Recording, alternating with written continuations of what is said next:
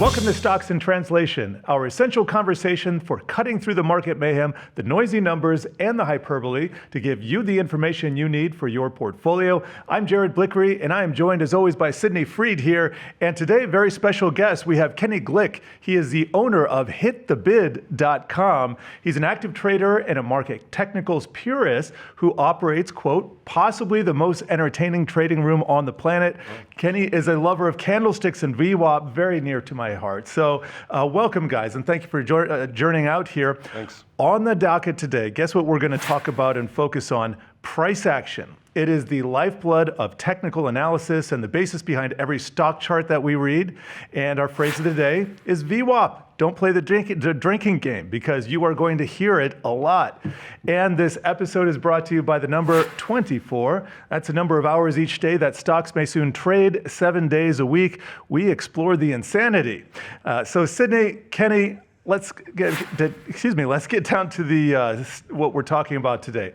We are talking about price action, and literally that is the lifeblood of what we're talking about here. Let me just dive into it with you. What does it mean to you, Kenny? Price action is life. You know, again, I follow the VWAP, so everything about price is right there for you. So, you know, again, when you talk about price, it cuts through all the nonsense. I think you kind of said it at the beginning there.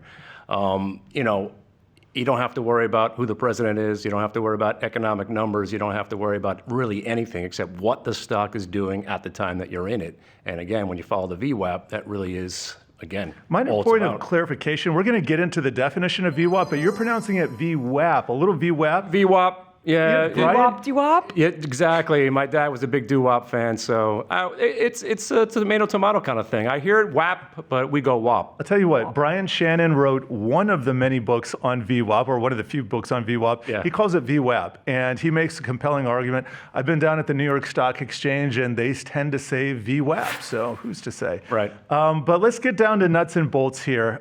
Just talking about the market, you're a day trader. How do you sit down in the morning? How do you approach the market? Same thing every day. It's actually like Groundhog Day at this point. I'm kind of getting a little psychotic about it. But, you know, again, you turn on the news, see what's going on. I am a big fan of volume, obviously. So you're looking at some of those small cap stocks in the morning. There's always some weird name, some tiny stock that has, 20, 30 million shares out of nowhere. And I'll take a look at those. But generally, generally it's just, you're going to look at what's in the news, because the more volume, the more better. So today, if I don't want to date the show, but, Tesla was all the rage today because you had some big news on there. So that's where you go. And you just follow the VWAP and follow the price. Can you help me understand how volume actually works for an early investor? So where all the money is going today, let's say, you're saying follow that? Yeah. And again, you could take, what I say is I live in the nucleus of the market. So if you could conquer the day and just understand the price action and the volume, then you could take that and expand it and keep expanding it and keep expanding it. So for the newbie who wants to know, it's like, that's where the action is. That's where the institutional people are putting their money. That's where the money is flowing in. Schmucks like me who are doing a couple thousand shares, I'm not moving the market. So I'm like, I like to think of myself as that little creature underneath the great white shark. He's doing all the hard work. I'm underneath picking up the scraps, but he's the monster causing all that volume, and we're right there. Thanks. We're going to take some of this money. Exactly. Okay, but if NVIDIA is down 10% today, I sell NVIDIA. Right.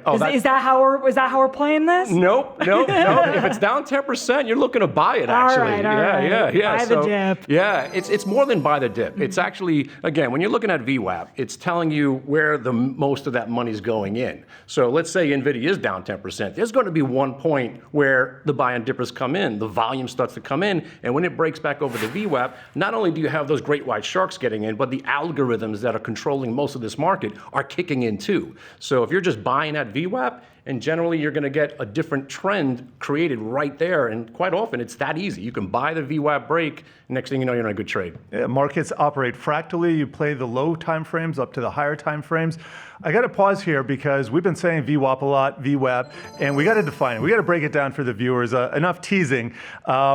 So here's the dictionary definition. Volume weighted average price, or VWAP, is a trading benchmark that calculates the average price of a security weighted by volume over a period of time. And oftentimes it's a single trading session.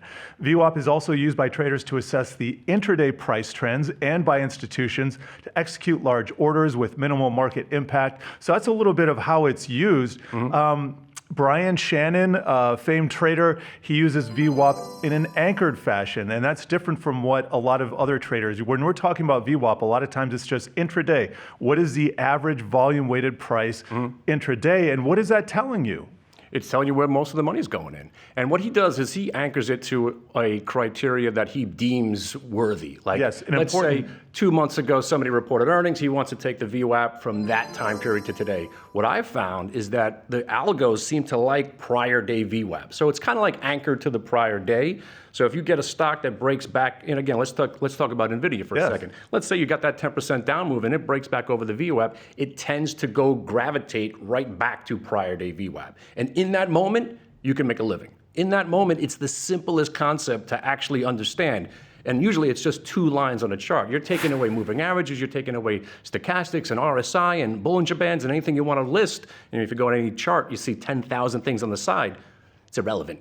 Just follow the VWAP and you're going to get paid. It's amazing how well it works. And what I do is, again, going back to that first question, stick with the stocks that are in the news. That's where there's more volume and you get more of those follow-through moves. Without follow-through, you get nothing. You're just looking for action. Yes. Okay. But so I'm not a day trader, I'm not an active trader. If you're really just coming into the stock market, how do you find VWAP? Do you have to calculate it for yourself? Like, where can I easily find this number? The VWAP over here. Yeah, there will be no math on the quiz. No. It's now it's embedded everywhere. You know, Yahoo has it. Yahoo actually has multiple time frames. We have anchor VWAP too. Yes, which is pretty impressive for a free chart. Thank you. You know, used to not be able to find that. And again, they had VWAP buried in some of these charts. You had to go dig for it, but let the computer do the math for you. That's what I will. Trust me. If I don't have to do math, I'm not doing math. Yeah, no way. We've been kind of disparaging fundamentals here, and I just want to get your take on it. And, you know, for that, Matt, you want to know when the macro events are happening because that's where the volatility is. But do you need to pay attention to any earnings? And I'd throw out CanSlim as an example. Bill O'Neill kind of wrote the book on how to merge fundamentals with technical analysis, and he uses fundamentals as almost a screener. Like, what stocks do I really want to get invested in over the long term? He's looking for those 10-time returns. Is there a place for fundamentals? Fundamentals only come into play for the catalyst. So earnings season is our time to shine because that's when you have more earnings. When's the best news? When's the big catalyst? It's the news. So that's the only reason fundamentals count. So you don't even care what the news is, just to be clear. I like to see bad news because bad news, you have what we call the gap down. And the gap down in a bull market is quite often bought. That's when the price opens up below the closing level of the prior day. Right. So let's talk, for instance, we have the banks coming up. So JP Morgan, Citibank's going to come out. So what I look for is stocks that are gap down. You know, we're in a bull market that just doesn't want to end, and it may never end, but that's okay. That gap down provides that buying opportunity, just like the NVIDIA being down 10%. So when you break back over the VWAP, that's it. Nobody cares about the fundamentals anymore. Stocks breaking VWAP, let's get in, the algos kick in, and next thing you know, you start seeing it get back to prior day VWAP, and then you could start looking at extended periods, and then you could also look at the Brian Shannon, who could anchor it back to the last quarter. So it is absolutely amazing, but yeah, we could disparage fundamentals all day, my friend, all day. How do you know, though, that a stock isn't just doing really poorly and you might not want to buy it? You buy the dip and it ends up a bigger dip is on the horizon. Exactly. So when you get rejected at the VWAP, that's, you know, it's telling you that, hey, this is the divider line. If you can't get over that and you get rejected, it tends to roll back over. So what do we like to do is we like to see break the VWAP and then test that strength from on top. That's saying, all right, we're good. Take care, everybody. Nice seeing you. And they're off to the races. But another trade style is that when it gets rejected at the VWAP, that's when you short it and you use the VWAP as your out. I didn't want to get too technical with you, but that's exactly how we trade. That's why we're here. Yeah. You know, the way I think about anchored VWAP, and I was converted a long time ago. I swallowed the pill. But what I like about it is basically a reference point, as you said, a dividing line. Are you above it or below it? Now, you can have multiple lines, and that's fine, but For instance, I'll take the VWAP anchored from the beginning of the year such that I know, okay, at this level, anything above, the average person is experiencing a profit. The average person down here is experiencing a loss, which means at the equilibrium point, well, that's when a decision is getting made, and that's oftentimes where the price inflects. Just wondering any technical uses you find it for VWAP beyond the usual ones. Yeah, well, when you can expand it to any time frame. That's what's amazing. That's why it's still exciting to me, because I remember when I first said, somebody asked me, can you use it on a multiple time frame? I was like, why? Who cares? I just like today's VWAP because I'm a day trader. Above it, we're going higher, below, or tend to go lower. But when you start looking at it on monthlies and you see how it comes into play, even when the market had the flash crash, I forgot what year that was. That was May 6, 2010. My God, you must have been fast scarred. I was watching it in real time, yes. So when you go back to that Dow Jones chart, and there was mass chaos. Yes, 1,000 points down was a big deal back then. Right, and when you see it, how it tagged the 2-year VWAP to the price, you're thinking, is it all rigged? It is. It is. It seems to be all rigged. Today, there were certain prices where Tesla went to and came back to that were on the chart before they went there. The more you stare at those charts and the more you look at VWAP and extended time frames, you start to really believe. And again, I'm a believer. I mean, it's almost like a religion to me. I am a believer that the market is almost preordained what it wants to do. Certain So not prices. by Steve Cohen, by the universe. Half numbers, whole numbers in VWAP is really, it's. And again, the lay person, that's what I love teaching this. It cuts all that other stuff out, especially fundamentals. Let me ask you, is now a good time for retail traders? I hear a lot about how the markets are rigged. Who do you kind of believe? Should you get in? Should you not? What's the deal? Yeah, but that's kind of my point. The market is rigged. So if you use... By the universe itself. Right. Okay, Yeah. just to be clear. You could use the rigging back at it. So it's like walking into a casino, okay? And roulette, I like roulette because I don't have to think. All right, I put my mom's birthday, my kid's birthday. You don't have to think when you're losing money sometimes. Exactly, I don't gotta think. So if I walked into the casino and said, hey, the guy says, hey, listen, only 24 and 36 and 5 are gonna hit for the next half an hour. You should come out ahead. That's kind of VWAP. You see what the stock wants to do, and the whole premise to trading is when one doesn't work, you just don't stay wrong. You could be wrong, just don't stay wrong. And when you're only looking at price action, it's right there on the chart. You better not let it go through this price or it's going to get worse. Push button. Yeah, and very good information there too that you can, maybe you want to switch directions. I'm wondering how you attack risk management, because all of this doesn't mean anything if you're not living to trade another day. Right. How do you protect yourself, and how do you think about wins? Because if you're on social media, you got to have a 100% win ratio. Anything less, you're not doing it. Yeah. How do you approach risk management? Listen, I'm gonna tell you something. I have a 10% win rate, right? No one's gonna sign up. But you know what? If you have risk You should management... put that in bold letters across the screen. Right. A successful trader, 10% wins. Right, and I have a perfect example. There was a day where I went 1 for 16, but with proper risk management and your stops. So when you get the trade wrong and it's not a good trade, let's just round it off to $100. So if you lost 100, you lost 100, you lost 100. At this point, you're thinking, maybe I shouldn't be doing this for a living. And then 8 more. And then that last trade works. And that's the one that you keep making more on. So now you had a 1 for 16 day, but you came out ahead.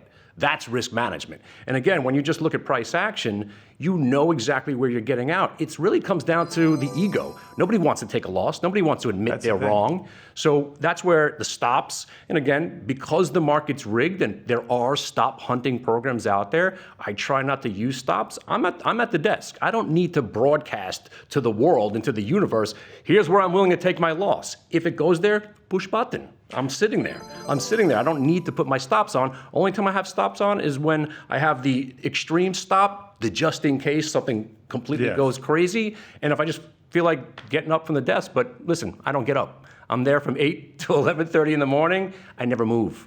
Never move. We're gonna take a short break here. Guess what? This episode right here is brought to you by the number 24, the number of hours in the day, but also, they say crypto never sleeps, and we might soon be saying that about stocks, because that's as the 24 exchange. This is what it's called, the 24 exchange, backed by billionaire Stephen Cohen. We mentioned his name a lot here. Seeks approval from U.S. regulators to operate 24/7. This has been in the works for a while. We also have some automated trading system, alternative trading system, ATSs like Blue Ocean that do this. So it's not necessarily something new, but to get an actual exchange trading 24/7, do you even want this? Do you want to know the prices at 2 a.m. of your portfolio? No. Thank you. Thank you. We just leave it there. I need to sleep. It's like we need to sleep. But it's open. I mean, it's still in. It takes away the gap. Trading. If there's a constant flow, then there is no gap. Well, good question. Good question there. Yeah. So extended hours trading is 4 a.m. until the market opens, 9:30 a.m. Eastern, and then from 4 p.m. to 8 p.m. I believe. But it's been opened up beyond that. But it's really not 24 hours. You got to go through some convoluted private exchange of shares to actually put it on the books. But Well, Thinkorswim has the Qs trading 24/7. Okay. Yeah, you could put those orders in. all right. So even on the weekend, They close Sunday for about 6 hours, I think. It's like almost 24, 6.5. Gotcha. Yeah. Well, to do this, so the DTCC would have to get involved. They'd have to be able to clear on the weekend, and it's kind of.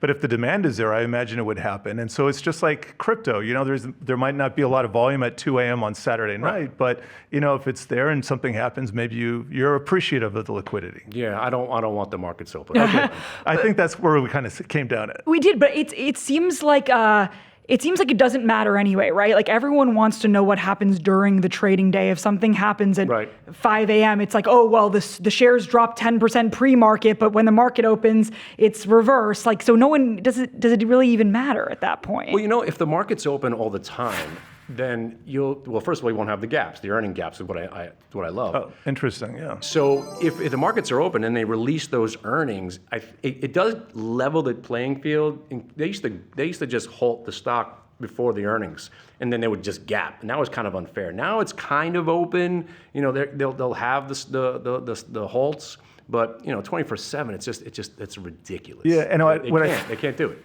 I think part of your question was like, do the extended hours trades count? Do they count? Because we're always kind of footnoting them like this happened in after hours trading, but we're just waiting for the market to open up tomorrow to see if there's institutional volume behind this move. So I don't think we're talking about closing down the opening and closing auctions at 9:30 and 4, just adding some extra hours. But clearly nobody wants this at this table, so we're just going to move on here. Time for another existential version of Who Wore It Better Now, meme edition. And today we're going to be taking a look at the top meme stocks, you know the names, and thinking back on the drama that erupted in retail margin accounts, quickly spilling over into the prime brokerage space in 2021. From E-Trade to the DTCC, spawning countless memes and at least 2 Hollywood flicks, Eat the Rich and Dumb Money. I'm going to ask you, Kenny, which meme stock wears the mantra best? It could be GameStop. It could be Chewy. It could be AMC. Do you even care about meme stocks? Oh my God, please stop calling it that. Why? Any stock that has some volume on that people are talking about on the internet is suddenly a meme stock. I hate the word meme. I hate the word meme stock. It's a catch-all. I don't get it. Like now they've dubbed Chewy a meme stock. I'll tell you Highly what. shorted. Right, yes. I'll tell you something. It was the easiest short of the year yesterday. When this guy, I never watched one of his videos. I finally sat there and watched the one everyone was talking about. I'm like, last week, the week before. yeah. I was like, oh, not a whole lot went on. Right. And so now I'm actually rooting against this guy. Interesting. He was so unentertaining. So, I mean, I know he couldn't say much, but to me, it was awful. And now I'm anti this guy. So when I heard he was getting involved in Chewy, as soon as it broke VWAP, that was at $32. I'm like, oh, we're going to kill this guy. Do you think you're falling into his trap? What? Do you think you're falling into a trap? Well, I never buy what anybody ever tells me. You know, again, I'm all about price action and just what I see. So even if the CEO called me and said, hey, listen, Kenny, we're going to get bought out in 3 days from now. You're below the VWAP. Thanks a lot. It doesn't matter. That's why I love the way I trade. You know, again, I believe what I see. And that's the way I've lived my life. That's why this is so appealing to me. Yeah. I believe what I see. Meme stocks are complicated though, because they are going up when someone like him buys them, right? Sorta, yeah. So I mean, I don't know, for someone who's just getting in and who's not like you, who is listening to what they're seeing, right? I mean, they could get in real trouble, right? Sure.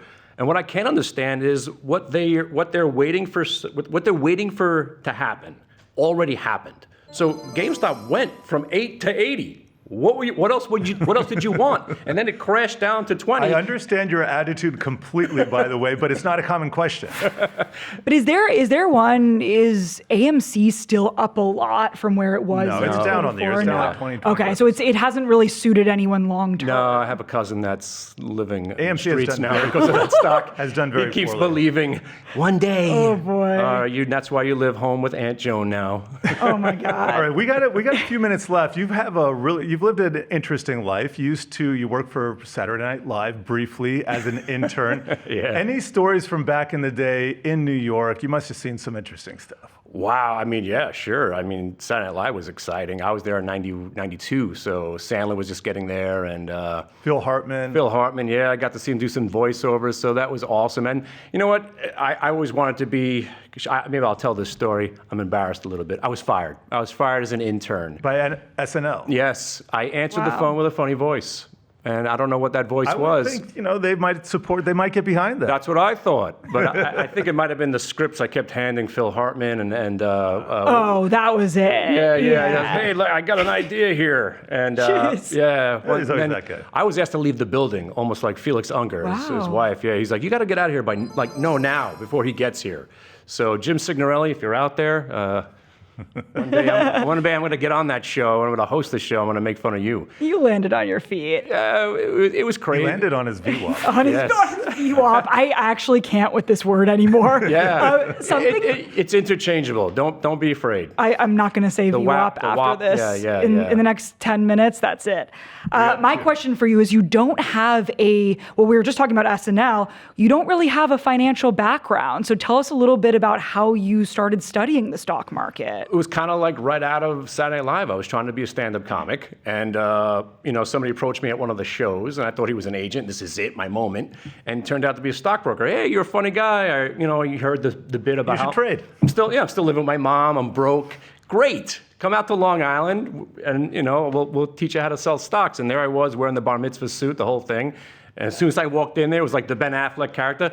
You're gonna show up in this suit? What are you doing here? Why don't you buy a new suit? I'm like, I just got here. Familiar. Yeah, he's buy a new suit, sell this stock. And we were selling, get this, the company apparently made the glow-in-the-dark license plate covers. Remember those from like Yeah. 1990? Briefly popular for a few months in the If you lived 90s. in Brooklyn, they were huge. And that's what we did. So if every once in a while I actually got a human being on the phone, because you get just yelled at or cursed at. And then it was just like the movie. I yelled out to the guy, he grabbed the phone out of me, starts pitching the stock. And, then they started talking about IPOs. I was like, what's an IPO? They were like, oh, you're going to get your Series 7. I'm like, ooh, I got to study for something? I think it was the first time I stopped smoking weed for like 30 days. So I cleaned out. I took the test. I got a 96. I walked into the office. Good for you. You got a 96? That's not what they said. You're not going to make it in this business. That's what he told me. He's like, what do you think this is? He's like, then I got to tell you, the stories, it just keeps going. I remember when I had bought my first stock, IGT, slot machine, just got back from casinos. And every slot machine was made by IGT. So I'm pitching that to the people. And I actually closed somebody for 2,000 shares at $12. I walk in there, I'm like the king of the world, $24,000 ticket. They called my manager in like I did something wrong. Hey, that's a great sale, $24,000. So that's an $80 commission. We're gonna take half after taxes and blah. I've seen this movie. You're gonna make $30. If you just sell XYZ Consolidated Technologies Incorporated, we'll give you $4,800 commission. Who are you looking out for? I just took the 7. The client? Get out of here. And that was my experience. So I was emotionally and physically scarred by Wall Street when I first got in there. That is some real Wolf of Wall Street action there. Yeah. So that's why trading really, it just was for me, because now I don't have to talk to anybody. I don't have to answer to anybody. It's me. We got to say goodbye. Really enjoyed having you here, and good luck to you and your online endeavors as well. This will do it for Stocks in Translation. Keep your dial tuned to Yahoo Finance.